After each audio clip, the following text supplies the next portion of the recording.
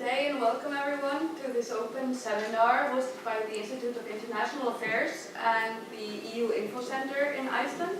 My name is Jónas Solveig Eilardóttir and I will be the moderator here today. This is the first seminar in a new lecture series this academic year that will focus on contemporary issues in the European debate. The next lecture will take place next week at this same location at the same time in this room. It will focus on mass migration in the Mediterranean and the dilemmas facing policymakers with regards to Schengen. I also want to mention that the Center for Arctic Policy Studies, which is a part of this institute, is hosting its annual Trans-Arctic Agenda Conference tomorrow and on Wednesday. And please check the Institute's website for further information on this. Now, we are very lucky to have with us here today Dr. Cirila Toplak, Associate Professor at the University of Ljubljana in Slovenia.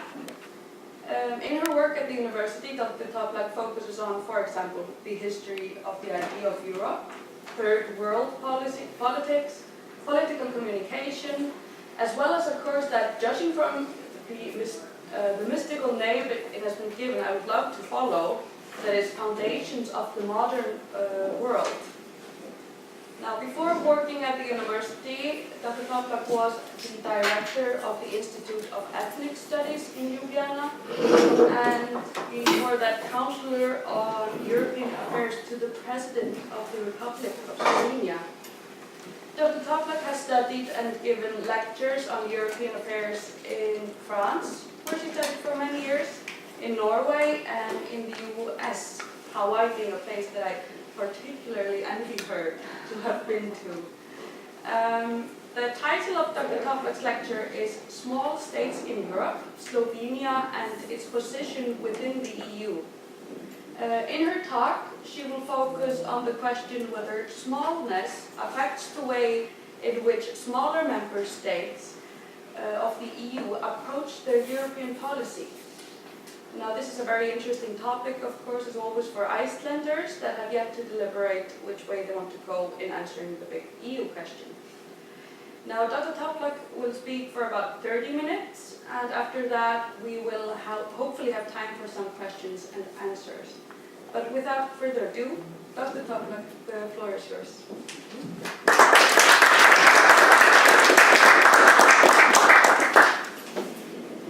Hello, everyone. Thank you for this warm welcome, despite the cold and atmosphere.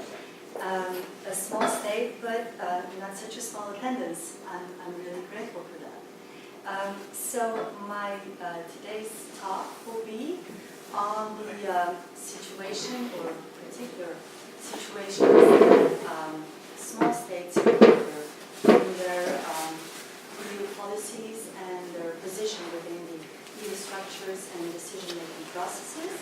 But in order for me to explain that, I think a short introduction explaining Slovenia in general a little bit will work. So let me start with that. I'm certain you know that Slovenia is pretty much right on the other side of the European continent from the perspective of Iceland, that is in Southeast Europe, surrounded by Italy, Croatia, Hungary, and Austria. Four states that are very different but have something in common. They're all much bigger and politically more important in the region or in Europe as a whole than Slovenia.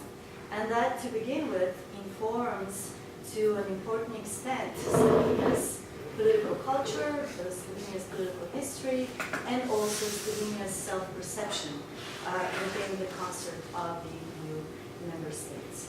So, for quite some time, Slovenia, as one of the new member states, have been considered a success story. And I'm questioning this despite the obvious facts. Slovenia was the one that most famously seceded from the Socialist Federal Republic of Yugoslavia in the early 90s, that is without serious military conflict. and introduced also quite successfully and swiftly parliamentary democracy after the accession to the independence. Then, almost 15 years later, Slovenia was the most prepared new member state to enter in what was called the Big Bang enlargement in 2004, became member of the monetary union, that is, adopted the euro instead of our currency in 2007, entered the Schengen area, that is, opened the borders completely at the same time, and also became a member of the NATO alliance, OECD, as well as presided as the only new member state, as the first new member state at that moment, presided the European Union in 2008, and was also, as I mentioned here, a member of the United Nations Security Council. So these are, we could say, quite important and impressive achievements, but there is a but. Slovenia, just like other post-communist European countries, went through a very complex process that we call democratic transition, and in a few words means a transfer from a planned economy and one-party socialist political system with all its institutions to market economy and parliamentary political system with a number of political parties and all the accompanying democratic institutions. Decision for that important change was made by Slovenian people in the late 80s, and that was the process that actually informed Slovenian domestic but also foreign policies in the decade and a half or so to follow. After 2004, however, we might say that Slovenia, in a sense, has landed where it wanted to be, and the political agenda of Slovenian political class importantly changed, or I would even argue almost disappeared. What happened is that Slovenians very much turned onto themselves under the state umbrella of the European Union, and in a situation that they were very much accustomed to, because Slovenia has never been an independent state in its history before 91. It has always made part of much larger empires or much larger states, and Slovenians were always used to having their political center somewhere outside Slovenia. Now, again, that important center taking all important decisions became, of course, Brussels, and Slovenians could concentrate on their domestic quibbles and struggles and processes that I mentioned here, that I call ideological introversion, and that basically mean that in our political life, our political communication, our political behavior patterns, we actually went back in time to 1920s and 30s, and in some respects even to the 19th century. And that shouldn't be considered a big surprise if you are willing to see the very project of creation of a nation state at the end of the 20th century, quite an anachronistic political project. So we got our nation state, and we went through all the problems that nation states had to go through. Only most of the European nation states did that in the 19th and early 20th century. So what is particularly important here for our discussion of Slovenia's position among small states in the EU is the absence of a political agenda that follows the 2004 accession. It is now Brussels that, as I mentioned, takes all the important decisions, and the Slovenians really are no longer responsible for themselves, which is really, in a sense, a tragedy for our collective political mentality, because we have never been responsible for ourselves. And there was this really short period between 1991 and 2004 when we really had to take care of ourselves. And now, once again, we have this EU umbrella and the feeling, maybe false feeling of security, and we are really concentrated on our inner or domestic political situation. With regard to everything else, we just follow what the large EU states decide, or just what the EU decides in general. Our transition has gone into a direction that is not very beneficial for Slovenia in some other respects as well. We have not been able, in the 25 years now, we have not been able to restore a really working parliamentary democracy. I would argue that we have simply not had enough time for that, because Slovenia has no democratic tradition, no state tradition in its national history. So what we managed to restore is what I call a planned partitocracy. That is a political system with democratic institutions where the balance of power is importantly imbalanced, and the executive power is absolutely the most powerful one compared to the judiciary and the legislative power. Political parties, we have quite a lot of them. Some of them are the parties that can show some continuity with the Yugoslav communists on the one hand, or even Slovenian political parties from before Yugoslavia, the early 20th century. In any case, political parties are really having the excessive impact on decision-making processes and the executive power. And I'm calling this a planned partitocracy as an analogy with planned economy. That is, we have a lot of infotainment from the side of political class, but behind the curtains, of course, there is an ongoing consensus between the so-called opposition and various coalitions in power on all the most important domestic political matters. So it would be, for now, really difficult to speak about a working parliamentary democracy in Slovenia, and it falls into a category of flawed democracy anyway in various classifications of democratic political systems. Now, from the economic point of view, that's really important because it's so intertwined with politics. We also haven't really managed to restore a working market economy. Once again, there was no tradition and we need much more time. And it's really important to understand that we adopted a new economic system at the time when the neoliberal paradigm was really on the move in the world.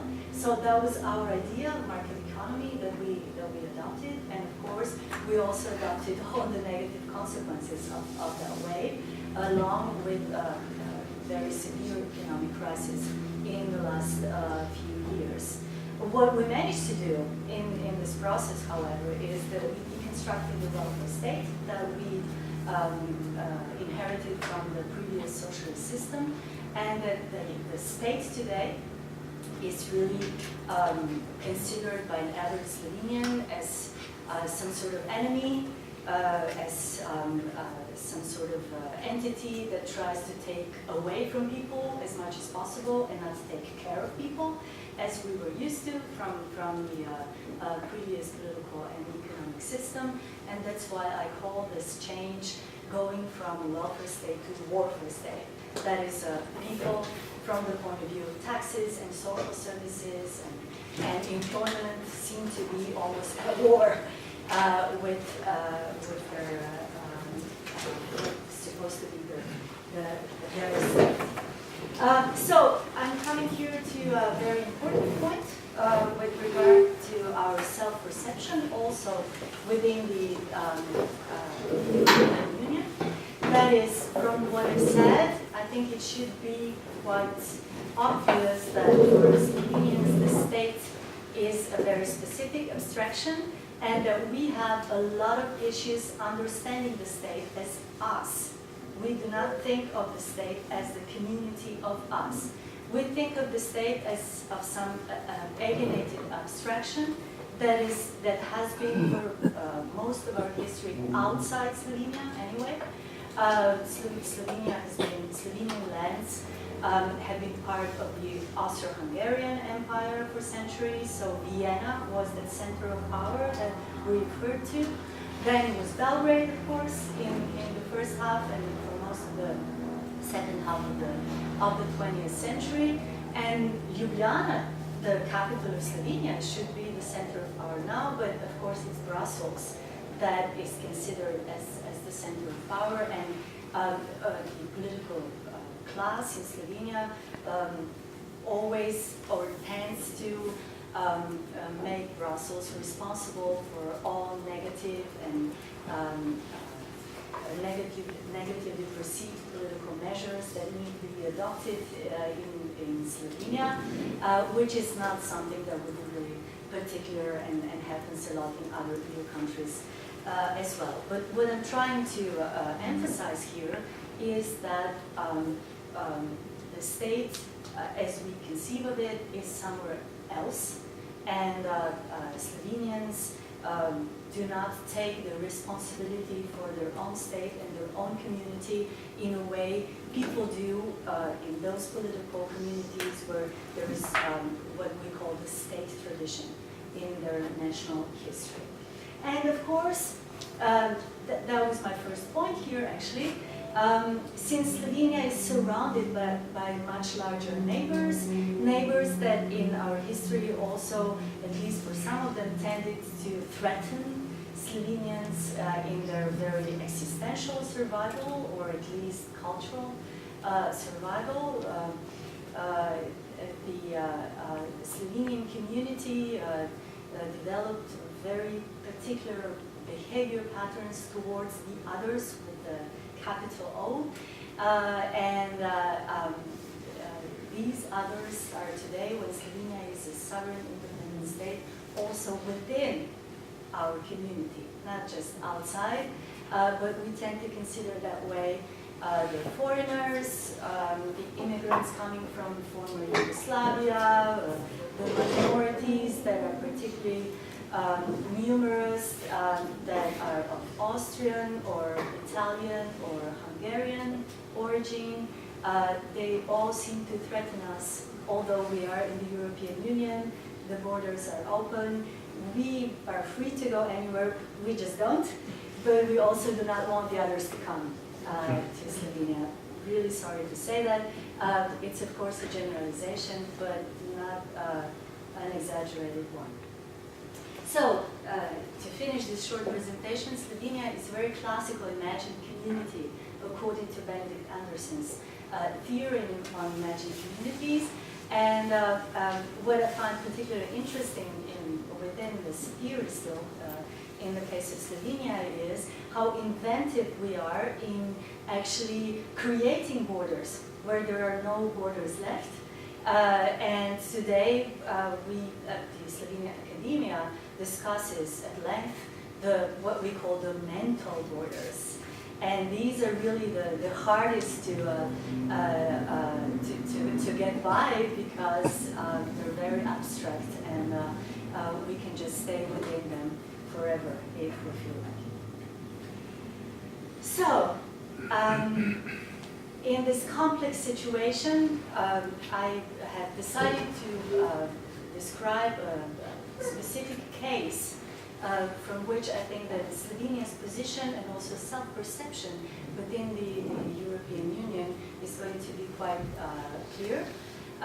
Actually, two cases, but I think I won't have time to describe the other one. That may be the topic of my next talk tomorrow.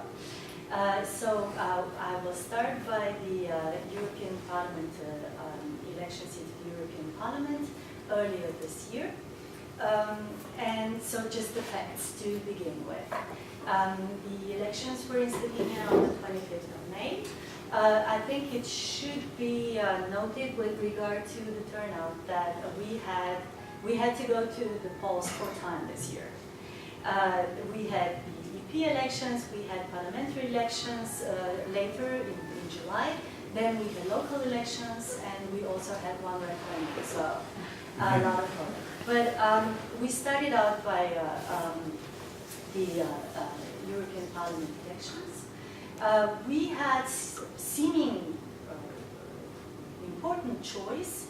We were able to choose out of 118 candidate lists, and we only have, of course, according to the proportional system within the European Parliament, 8 seats. So a lot of competition, and the results were as followed here. Slovenian Democrat Party at the moment was the main opposition party, and it got 3 seats out of 8, which was, of course, interpreted as a huge victory in Slovenian politics.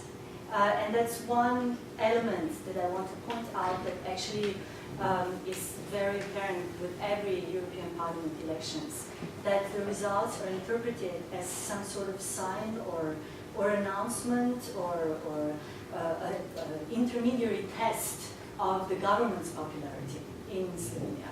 And the European Union doesn't really matter. It comes only second. What matters is which party won in Slovenia, because this is about Slovenia primarily. New Slovenia and Slovenian People's Party are 2 conservative parties, small parties, that actually joined to present a common list, and also got 2 seats. And then Social Democrats got 1, lost 2, and were like the big losers of this election, and they were also one of the coalition parties at the moment. The same for the Slovenian Retirees Parties, 1 seat. This is not an error. We do have a Retirees Party. It's actually a lobby that presents itself as a political party and really takes care. Its sole agenda is basically to take care of retirees and make sure that they don't lose their benefits and they stay high on the government's agenda. So they got 1 seat as well, and that was for the first time, although they exist for 20 years. And the I Believe Party also got 1 seat. That party was founded only a month before the elections, and got 1 seat for the president of the party, who used to be quite an important figure in Slovenian political life because he was the president of the Court of Accounts and quite an influential figure then. So he managed to get a good job in Brussels, left, and his party no longer exists. Didn't even present itself at the parliamentary elections in July. So that was quite a specific phenomenon related to the EP elections. Campaign emphasis, as I'm mentioning here, was really on national interests and on domestic party struggle. I already explained the second point. The first point is simply about orienting the campaign agenda within Slovenia to Slovenian national interests and seeing the candidates only through the prism of how are they going to serve Slovenia as the members of the European Parliament. Now, there are 2 really important issues with that.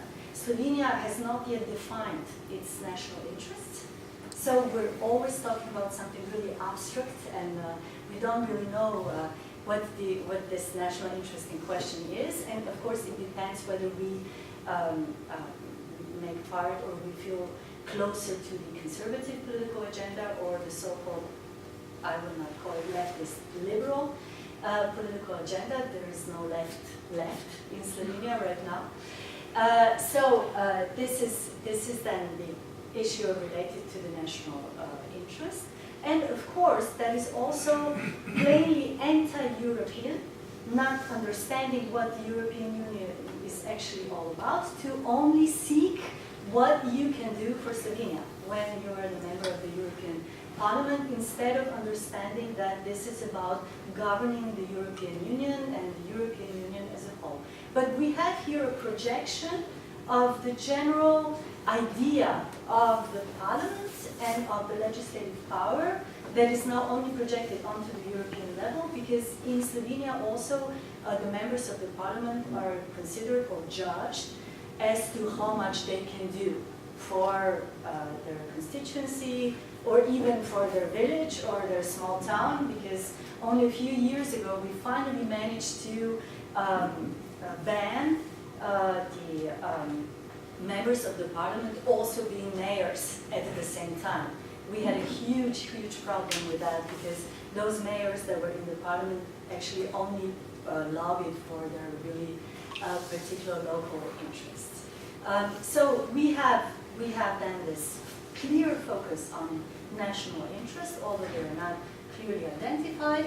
And of course, the role of the media here was also very important, because the campaign confrontations that were organized by the public TV or private TV stations, and were of course largely viewed by the Slovenian public, they were once again presented in the form of infotainment, with a clear accent on making it as sensational and conflicting as possible, avoiding the real European policy issues and really discussing what matters for Slovenia, and unfortunately not even what matters for Slovenia, what matters for Slovenian political parties. So this is what European Parliament elections look like in Slovenia. And in the presentation of my talk, it was also said that this year was quite telling for Slovenia from the point of view of its perception in the EU and also its self-perception. And that was, of course, not just because of the elections, but also because of the creation of the new European Commission, where Slovenia played quite unexpected and interesting part, having a commissioner, a candidate for the commissioner that got refused, and we had to find a second one, a new one. But since I'm supposed to talk only for 25 to 30 minutes, I may reserve that issue for tomorrow, or maybe in the course of the Q&A session say something more about it. So thank you very much.